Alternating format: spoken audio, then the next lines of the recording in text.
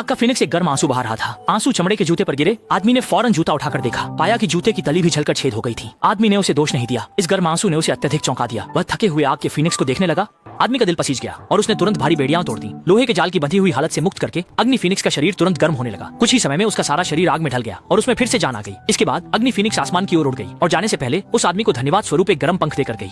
5 रंग की चमक बिखेरते हुए पंख। हालांकि आदमी ने राजा के आदेश का पालन करने से इनकार कर दिया और आग का फिनिक्स वापस नहीं लाया। लौटते ही राजा ने उसे पकड़ लिया और सीधे फांसी पर चढ़ा दिया। सुनकर राजा के आरोप आदमी ने तुरंत समझाया कि उसने आग की फिनिक्स को पकड़ लिया था, बस बाद में उसे छोड़ दिया। आदमी की बात खत्म करने के बाद पूरी सभा में हलचल मच गई। खुद पर कोई विश्वास नहीं करता देख आदमी ने जल्दी से आग की फिनिक्स द्वारा दिया हुआ तोहफा निकाला, लेकिन इस समय पंजे के जैसा दिखने वाला पंख जैसे बेकार धातु की तरह मुड़ा हुआ था, फीका और बिना चमक के। राजा ने तुरंत आदेश दिया कि आदमी का सिर कलम कर दिया जाए और लोगों को दिखाया जाए। तभी मूल रूप से फीके और बिना चमक वाले पंख में अचानक आग लग गई। एक अचानक आग फिनिक्स महल के ऊपर प्रकट हुआ। ये एक चक्कर लगाने के बाद सीधे टॉवर की नोक पर ठहर गया और इसके शरीर से निकली चमकदार रोशनी ने पूरे महल को रोशन कर दिया। आग फिनिक्स का आना यह साबित करता है कि आदमी झूठ नहीं बोल रहा था। खुश होकर उल्लासित लोगों को देखते हुए राजा को आदमी को छोड़ना पड़ा और उसे शानदार कपड़े भेंट में दिए। लोग उस आदमी को घेरकर गीत गाते और नृत्य करते हुए स्वागत कर रहे थे। ये सब देखकर राजा को बहुत ईर्ष्या हुई। कुछ ही दिनों में राजा ने फिर एक चाल सोची। उसने बहाना बनाया कि वह बर्फीली देश की राजकुमारी से विवाह करना चाहता है और आदमी को बर्फीली देश भेजा राजकुमारी को लेकर आने के लिए। आदमी लंबी यात्रा के बाद बर्फ की देश की तलहटी में आ पहुंचा। उसे यह आशा नहीं थी कि बर्फ की देश वास्तव में आसमान छूती बर्फीली पहाड़ पर होगा। आदमी ने 3 दिन और 3 रात चढ़ाई की और अंततः बर्फीली देश के द्वार पर पहुंचा। द्वार पर कोई पहरेदार न देखकर आदमी ने सोचा कि वह मौका देखकर अंदर घुस जाएगा, लेकिन अगले ही क्षण उसके रास्ते में एक पारदर्शी बर्फ की दीवार खड़ी हो गई।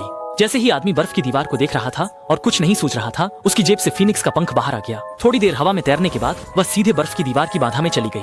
अगले ही पल मजबूत बर्फ की दीवार सीधे पिघल गई और बर्फ का पानी चारों ओर फैल गया। एक शानदार क्रिस्टल महल प्रकट हुआ। जब उसने मुड़कर छोटे घोड़े को खोजा तो पाया कि उसके पीछे कुछ भी नहीं था। वह छोटा घोड़ा गायब हो गया था। उसे नहीं पता था छोटा घोड़ा पहले ही पिघली हुई बर्फ के पानी से बह चुका था और बर्फीले पहाड़ की तलहटी तक लुढ़क गया था। अच्छा ये था कि उसके जूते बर्फ के पानी से जम गए थे। इससे बस एक संकट से बच पाया। आदमी ने नंगे पैर महल में प्रवेश किया और उसने देखा कि अंदर कई बर्फीले अधिकारी और राजकुमारी हैं। जब आदमी इस बात को लेकर परेशान हो रहा था कि असली राजकुमारी को कैसे खोजे, तब तक फिनिक्स का पंख पहले ही असली राजकुमारी पर निशाना साध चुका था। आदमी ने राजकुमारी को अपनी यात्रा का उद्देश्य बताया। जब प्रिंसेस को पता चला कि उस आदमी की कोई बुरी मंशा नहीं है, तभी उसने अपनी सतर्कता को दूर किया। उसके बाद दोनों ने प्रिंसेस की गाउन का सहारा लेकर तेजी से नीचे उतरना शुरू किया, लेकिन उस आदमी का शरीर बहुत भारी था, जिससे प्रिंसेस का गाउन दुर्भाग्यवश फट गया और वे संतुलन खोकर तेजी से नीचे गिरने लगे। संकट की घड़ी में छोटे टट्टू ने समय रहते उन्हें पकड़ लिया, जिससे दोनों गिरकर चोटिल नहीं हुए। देखते ही देखते आदमी ने प्रिंसेस को सुरक्षित नीचे उतार लिया। जब वह वापस महल पहुंचा तो जनता की नजरों में उसकी प्रतिष्ठा दिन ब दिन बढ़ती गई। राजा ईर्ष्या से लगभग फट पड़ा। इसी कारण उसने उस आदमी को एक और असंभव सा काम सौंप दिया, जिसमें उसे रहस्यमय समुद्र में जाकर दुष्ट विशाल व्हेल को